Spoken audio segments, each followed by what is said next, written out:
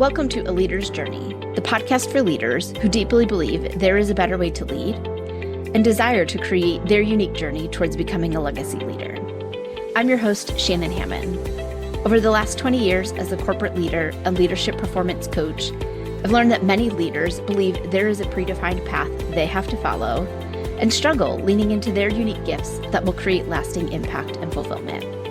They end up feeling stuck, unhappy, and unfulfilled in the day-to-day of their role, and are challenged with why, since they have experienced success in their career and in life. I'm here to help leaders think through their leadership journey, learn how to ask themselves better questions, and learn the formula to create their leadership journey by design.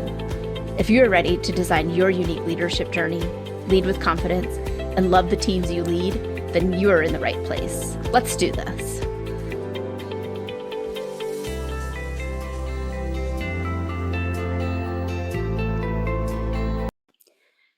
Hello, my friends and fellow leaders. I'm glad to have you back here with me this week on the podcast.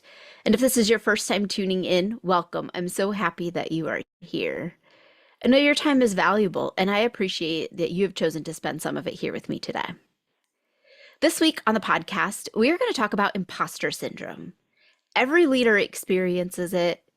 Every person experiences it at different points in life. It's completely normal, and it's part of our journey.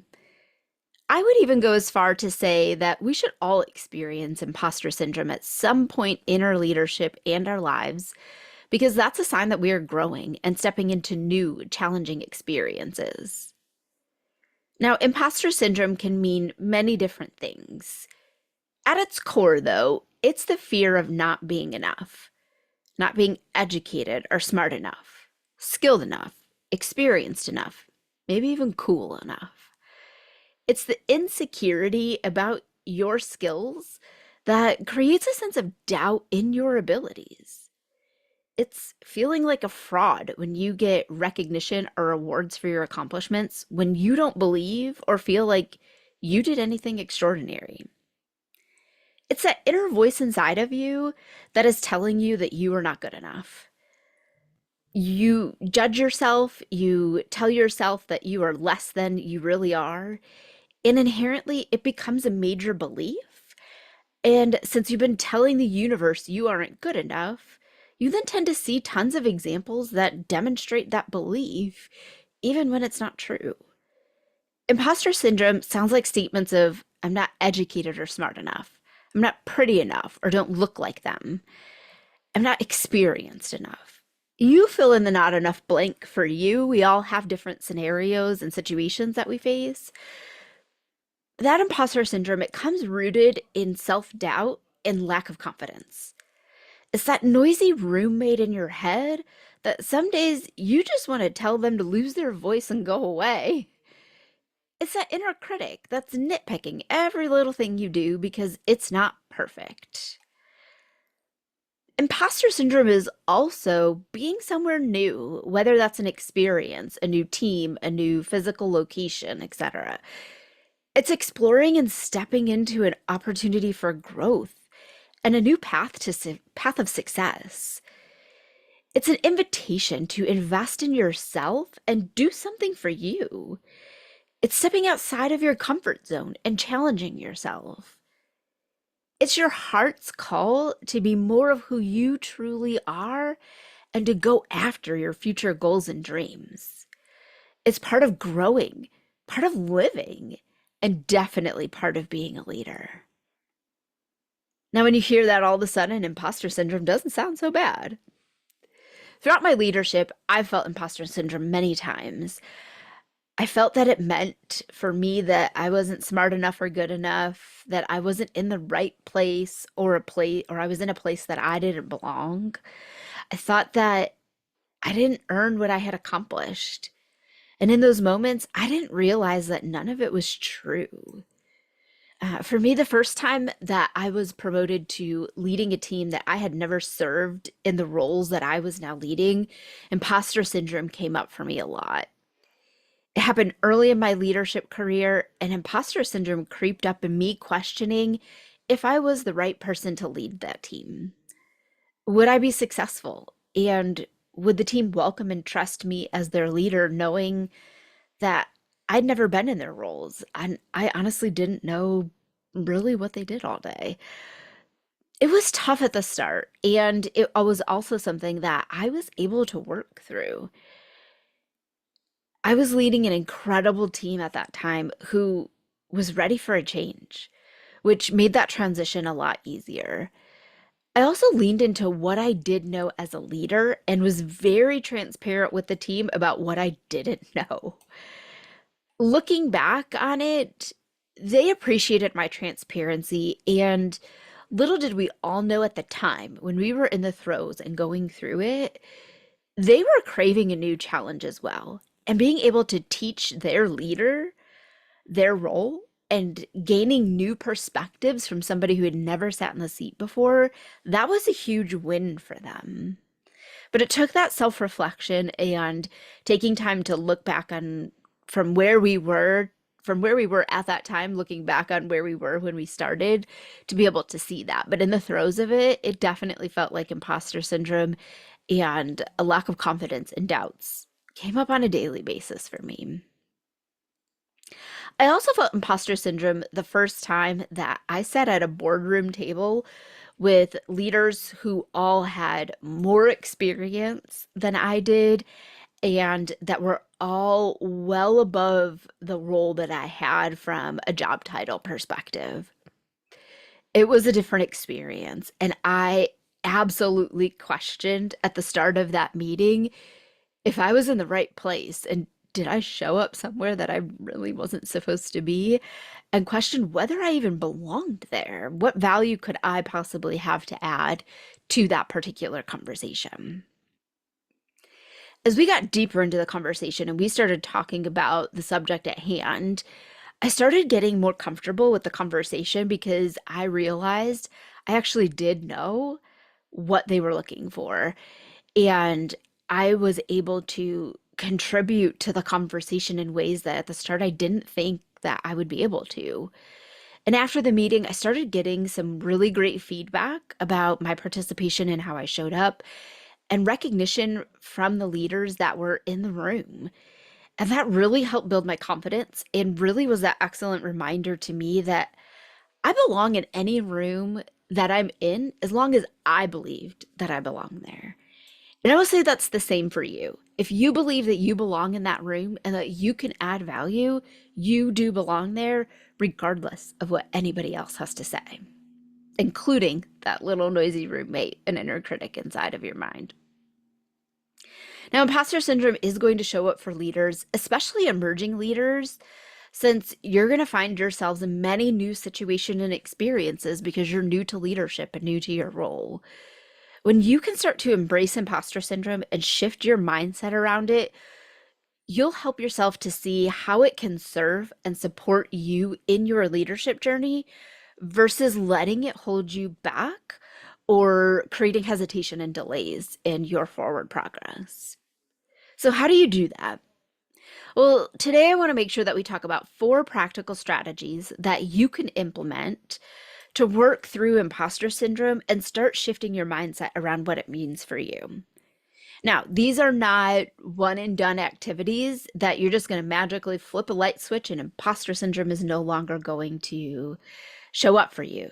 That's not how it works. It takes continual effort and practice. It takes leaning into these strategies and implementing them over and over and over again. Because throughout your leadership journey, you will find yourself in new experiences.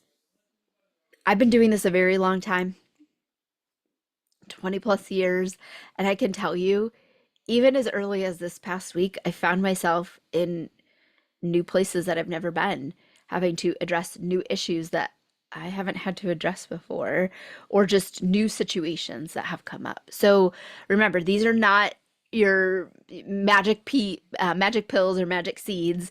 These are practices that you have to implement on a consistent and ongoing basis. All right, so let's jump in. So strategy number 1 is increase your self-awareness.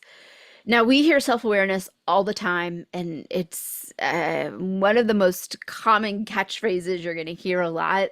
There is a lot to it, and it is so critical for every leader at every level. People really don't know themselves anymore, and they haven't really taken the time to truly connect to who they really are, not the surface level, the deep down inside, who you really are.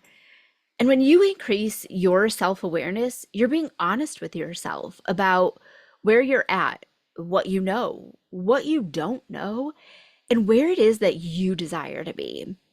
You'll identify the skills, the knowledge, the experiences that you need to reach your fullest potential and be more committed to investing the time in you to grow and learn. You'll channel your humility as a call to get better. Leaders with lower self awareness have increased imposter syndrome. So when you start learning about you, you'll feel more confident and be able to better able to work through that imposter syndrome when it shows up for you now and as you continue to grow in your leadership journey. Now, I do wholeheartedly believe that the best way to connect with and increase your self awareness is through journaling. Journaling allows you to get all of your thoughts, your limited beliefs, and what's holding you back down on paper so you can really see them and start to connect with them and contemplate if they are really true for you and start making some decisions about how you want to work through them. Now, if you are new to journaling or looking to seek some guidance on how to get started, I've talked about that before here on the podcast. So go back, listen to episode number 20 on the benefits of journaling, where I share with you what the benefits of journaling are. And I give you some practical tips to help you get started, regardless of where it is that you are at in your journaling practice. Journaling has changed so many things for me, and it can for you too. You just have to get started, and please don't overcomplicate it. Another way for you to help increase your self awareness is studying your unique human design. When you learn how you are uniquely designed, your strengths, your fears, and what makes you you, then you can start leaning into your authenticity and use all of that to help you build your confidence in yourself. And for me, one of the things that studying my human design has done for me is it's helped me realize that I'm not as broken as I thought I was, right? Just because I don't do things or say things or show up the same way that other people do doesn't mean I'm the one that's wrong, right? We're all different, and leaning into that authenticity and showing up and bringing who you truly are is so key to being successful and so freeing as a leader. All right, so we talked about self-awareness. Let's jump into strategy number two. Strategy number two is to learn and try new things. You have got to put yourself out there and take action. Continually invest in your growth by putting yourself out there to learn and to try new things. This could be a new skill. Maybe it's taking a job in a new industry or a new department within your organization that you don't know anything about or never been a part of. It could be taking on a new hobby or going somewhere that you've never been, or even just trying a new food at a restaurant. You don't need to swing for the fences and learn something super challenging or well outside your current skills. It can be something small, and it's the important part of something is that it's something that's new to you. So challenge yourself in new ways and build your belief that you can figure things out.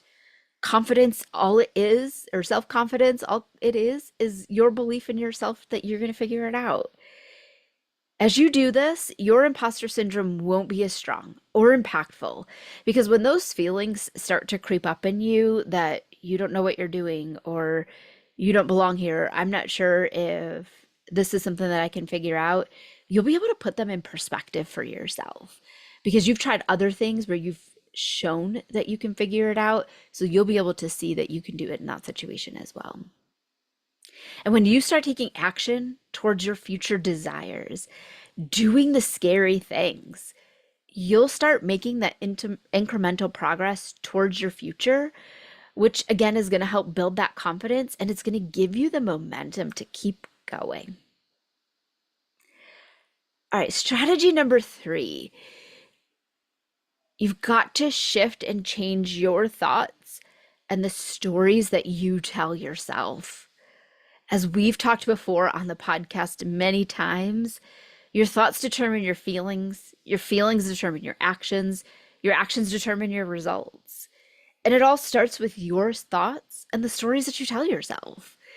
As humans and leaders, we can be really hard on ourselves. And we can talk so poorly to and about ourselves that it just amplifies that imposter syndrome. The most important person that we need to motivate and build up is ourselves. And it starts with how we talk to and about ourselves. You've got to work on switching those stories around and start telling yourself that you've got this because you do. You get to choose to set aside that inner critic that's telling you you are not good enough and start believing that you are and shift the narrative and shift the story. The stories we tell ourselves, they are so powerful and they are so impactful, and most of the time they're not right. So choose to tell yourself the best possible story about you and how wonderful and amazing that you truly are. All right, our last strategy, and this kind of ties into strategy number 3. You've got to give yourself grace. Take it easy on yourself. Give yourself grace for the things that have happened or that will happen in the future. You're human and you are always learning. And as a leader, you've chosen the path of learning because that is part of what leadership is. There is no expectation that you know everything. Nobody does. So give yourself credit for how far you have come and the journey forward that you choose to embark on. As you try new things, they are not going to be great the first time through. They're just not. Mistakes are going to happen. So don't be shocked when it does. Prepare yourself for it. Own it. Learn from that experience, dust yourself off, and go at it again. When I first started the podcast, if you go back and listen to my first episode, it's not that great. Um, I wouldn't say that it's like horrible and not one that I would publish because I published it. It's still out there. But as I've gone through and now on episode, let's see, this is number 33, I've gotten a little bit better. I've gotten more confident, but I wouldn't have gotten there if I didn't choose to just get started and give myself grace that those first few episodes, they may not be the best episodes that I put out. And I honestly, I don't want them to be. I want every new episode to be the best episode and the next one to be the best one because I want to know that I'm continuing to grow in this. As a leader, when I hire a new employee, I tell them right from day one that they are going to make a mistake. And based on their role, I give them a specific example of a mistake that's going to come up because there are ones that just everybody makes. We're human, and I want them to know right from the start that mistakes are going to happen, and I want them to be prepared for it. I want them to start thinking through how it is that they're going to show up when that does. It's okay to make a mistake. Again, there is no expectation of perfection. It's part of the learning journey, and we need to give ourselves and others grace for doing so. Now, that doesn't mean you get to keep making the same mistakes over and over again because you don't. That's not going to be accepted by any organization, and that's not the standard of excellence that you have for yourself. But they are going to happen. So allow yourself the grace that you are learning, you're growing, and you're challenging yourself in new ways. And part of that is making mistakes. It's all part of the leadership journey. It's part of our journey in life. So start learning how it is that you are going to give yourself grace. So now that you have 4 strategies to implement, I encourage you to go ahead and get started. Start implementing these one at a time. Choose one if you need to, so that way you can start easing into it. If you are feeling great and you're like, no, I'm going to squash this imposter syndrome, start implementing all 4 of them. You get to choose what's best for you, but I encourage you to at least pick one and get started. You also may have other strategies that you want to implement as well. So I encourage you to add them to your list, and feel free to connect with me on LinkedIn or in our Facebook community and share with me what you would add. I'm always wanting to learn and to learn from you and how it is that you've worked through the imposter syndrome that you have experienced. At the end of the day, imposter syndrome is just a story that you are telling yourself. It's the thoughts that pop up in your mind. So do you want to tell yourself a story that holds you back, that gives you stress, and tells you that you are not good enough? Or do you want to tell yourself a story that moves you forward, gives you energy and excitement, and makes you feel like you can accomplish anything? The great news is you're in full control of your thoughts that you think and the stories that you tell yourself. You get to choose.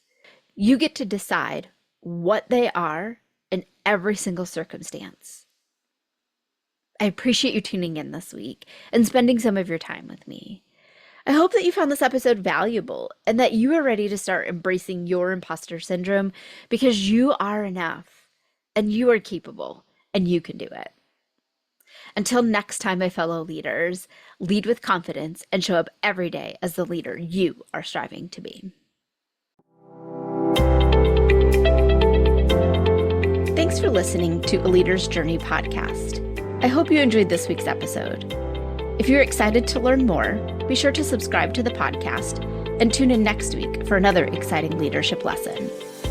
I'd love to help you level up your leadership, achieve the goals you desire, and design your unique leadership journey. So click the link in the show notes to schedule a free Level Up Your Leadership session. During this time, we will define where you are in several key areas of leadership, where you desire to be, and how you can level up your leadership. You don't need to do this alone, so let's chat today and get your journey started. Don't forget to connect with me on LinkedIn or in the A Leader's Journey community on Facebook, and share this episode with another leader so we can all learn and grow together. That's all for this episode, and I'll see you next week. Until then, lead with confidence, show up every day as the leader you are striving to be, and make the decision today to level up your leadership this year.